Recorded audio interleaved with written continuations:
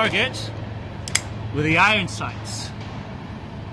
Now, I've been having conversations with some of my friends, and there are some people who feel threatened by AI, who are afraid of AI.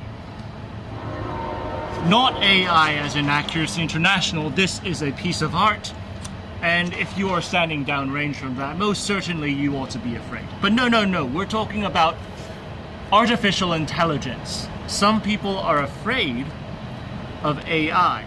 They're afraid of AI taking their jobs. They're afraid of AI changing the world. And so they are against AI at all costs. I think that that is actually futile. However, there are certain aspects that I am afraid of that are AI related. Not necessarily saying that I'm afraid of AI as a technology of itself, but I'm afraid of human beings being reliant on AI and ceasing to become human beings. Because AI, unlike any other technology, is taking over one of the big things that makes us human: our brain. If we start farming the way we think out to a machine, how much development do we actually have to make us fundamentally human?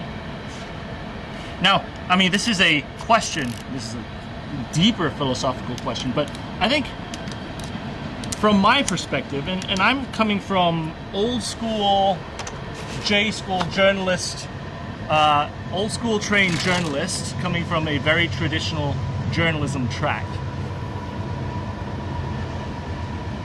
I still remember when the days when you could stop the presses, when you would basically, what that means is you would stop the printer because an error was made. And back in those days, when if you were to say, oh, I'm going to trust a man who puts videos onto a website for everyone to see more than CNN or MSNBC or Fox, you're absolutely out of your mind. But nowadays, people tend to trust social media news sources more than the actual news. And the scary thing about it is that I think propaganda is becoming easier to do. Because for companies to send freebies out, it's much easier for them to influence an individual than a conglomerate. That being said, if a conglomerate is therefore influenced, it is much more difficult to de-influence it. But years ago, even at journalism school, I'd always been saying that one of the biggest moments for us to look at ourselves is how we've developed our mind to discern propaganda and bad news sources. My theory, as I was going through J school and graduate school, was looking at America is going to face a crossroad where people are going to have to develop a skill to where they could discern between good and bad news sources. And if people are unable to discern that, then the society is doomed, because we'll be throttled by massive amounts of propaganda and news sources that don't have our best interests. Now, that's still very much in play right now. I can't say whether the bad actors have won or if we've learned how to discern between good and bad news sources, but that's turned into a skill that we have developed on the online sphere as we look at online sources. Now, as social media has also progressed and we've spent more and more time on it, and the better we've developed our skills to discern between good and bad news sources, we've actually spent less time being human beings to each other. We've spent less time talking to one another as a human being. And so we've spent less time developing a skill to organically communicate with another human being. You're starting to see more and more marital issues. You're starting to see less and less communications between a father and his children, parents and their children, more and more children glued to the screen and there's less and less familial bonds between people. And I feel like there's, on that aspect, we most certainly haven't figured out, even though we have the social media as a connecting tool, are we truly more connected to the people around us, or are we less connected to those immediately around us who really matter? These are things that we saw in Asia years ago when you started getting a subsect of the society that closed themselves off and lived entirely online. In the 2010s, that was an anomaly over in Asia. That only happened in Asia, and I would have said never would happen in the West. But here we are. We do have people who are unable to live outside of the internet. And so during times of blackouts, those people run into problems. And so back to the original question. As we've lost touch with being humans and being able to communicate each other through an over-reliance on social media for information, we've stopped developing that skill, that core skill of us as human beings being able to talk to one another. Is that going to happen with AI? Because instead of searching for information nowadays, which Google is already a whole lot easier to search for information than the library back in my day,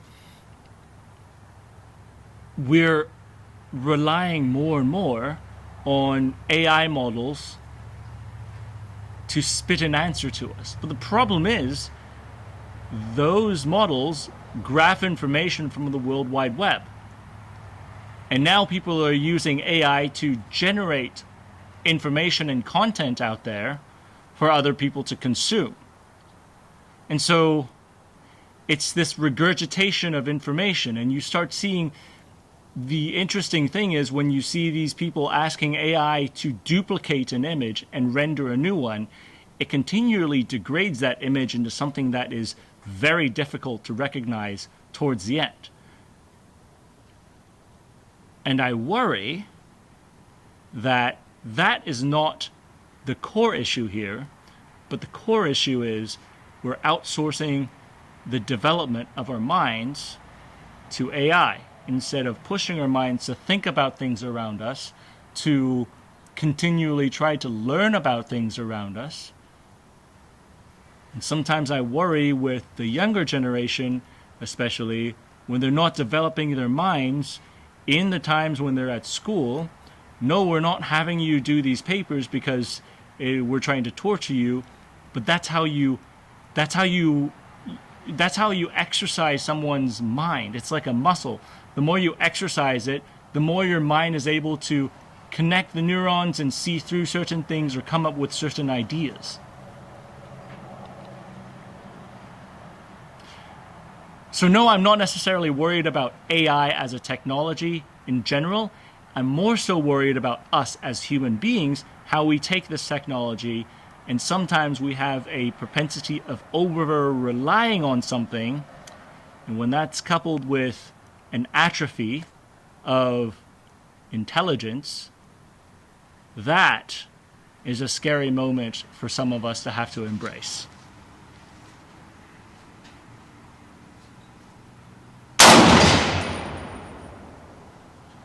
Boomstick. Let's see if the red dot is on. So actually it just occurred to me, I zeroed this rifle at the very beginning with iron sights. And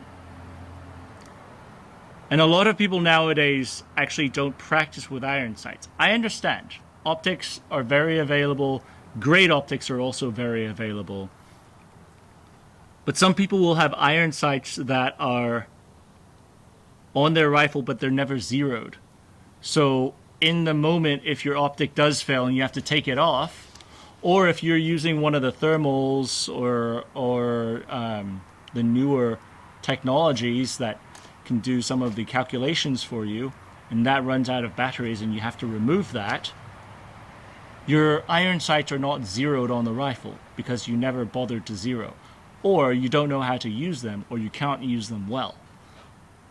I'm not saying that people have to always shoot with iron sights per se, but that is a core skill, a fundamental that develops someone's marksmanship potential in order to use things like optics and future optics in the pursuit of marksmanship.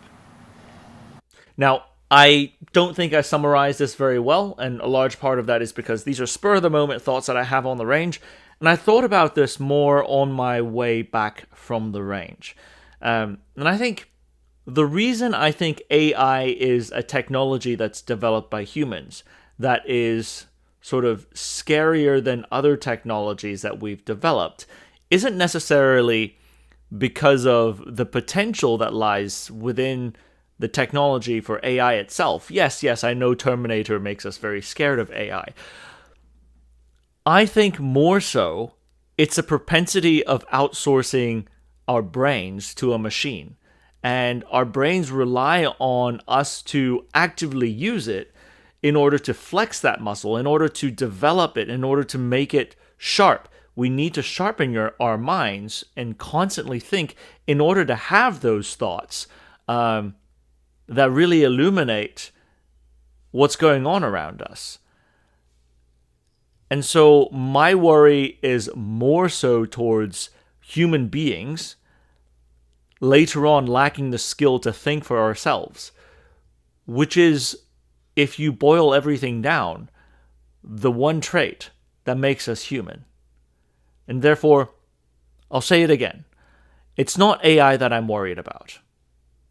It's the human beings and how we use AI that I worry about it more, because I've seen how social media has fundamentally changed relationships in the society around us and has changed our ability to communicate with one another. And these are core human elements that I thought would never change in a million years. And yet here we are. Anyways, I'm about to shoot the rifle suppressed, so you get to see it shot suppressed. Enjoy. Over-reliance on artificial intelligence, I would say, is going to be one of those. That scares me more than the artificial intelligence itself. I'll let you hear a couple with it suppressed.